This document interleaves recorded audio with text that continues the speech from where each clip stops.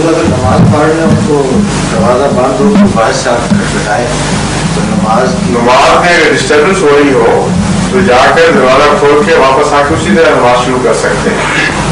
حضرت صلی اللہ علیہ وسلم ادھر نماز پڑھ رہے تھے تو ایک جنگلی بلّا آیا باہر سے, اس نے ڈسٹرب کیا تو آپ نے پہلے باہر جا کر اس کو بند کیا گیا, اس سے حصہ چھڑایا اور اس کے بعد پھر نماز شروع کر دی.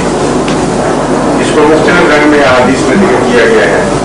بعض لوگ کہتے ہیں جن آیا تھا, مگر واقعہ یہ ہے کہ جنگلی جانور تھا جس سے فراغت حاصل فرما کر پھر آپ نے دوبارہ نماز شروع کی. نماز میں توجہ رکھنا ضروری ہوتا ہے, اسی لیے حضرت صلی اللہ علیہ وسلم نے بعض دفعہ بچے کے رونے پر نماز چھوٹی کر دی. توجہ بہت اہمیت رکھتی ہے.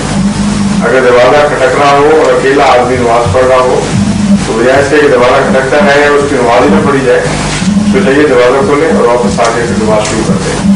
اور اگر شروع کی ہوئی ہے تو یہ بھی ہو سکتا ہے کہ دوبارہ شروع کر دیں. اگر زیادہ آدمی ہو تو پھر بھی کیا اگر زیادہ آدمی دروازے بند کر کے کیوں پڑھتے ہیں نمازیں؟ بعض کا توڑ کے پڑھیں.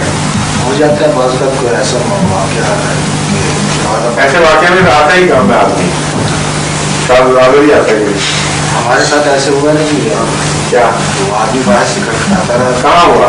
پہلے وہ ایک جگہ تھی جہاں ہم نماز جمعہ پڑھتے تھے, اچھا تو کسی نے اچانک بند کر دیا دروازہ, وہ باہر سے کھٹکھٹاتا رہا لیکن اس وقت نہیں, اس کو توڑ کے جانا چاہیے تھا کسی کو. آپ کا جمعہ بھی خراب ہوا اور وہ بھی شاید جمعہ پڑھنے آیا ہو, اس بیچارے کا جمعہ بھی معلوم نہیں ہوگی اس کو. قبل از وقت کسی ایپ کو مقرر کیا جا سکتا ہے کہ اس صورت میں تم کھول سکتے ہو. اگر کوئی شاید ہے مقرر کرنے سے, اگر مقرر کرنا ہے تو پھر دروازہ بھی کھلا رکھتے ہیں اور ڈیوٹی پہ آنے کسی کی جی ایسی صورت ہو کہ دروازہ بند کرنا ضروری ہو چوری کے خطرے سے کسی وجہ سے, پھر ایک آدمی ڈیوٹی لگ سکتی ہے.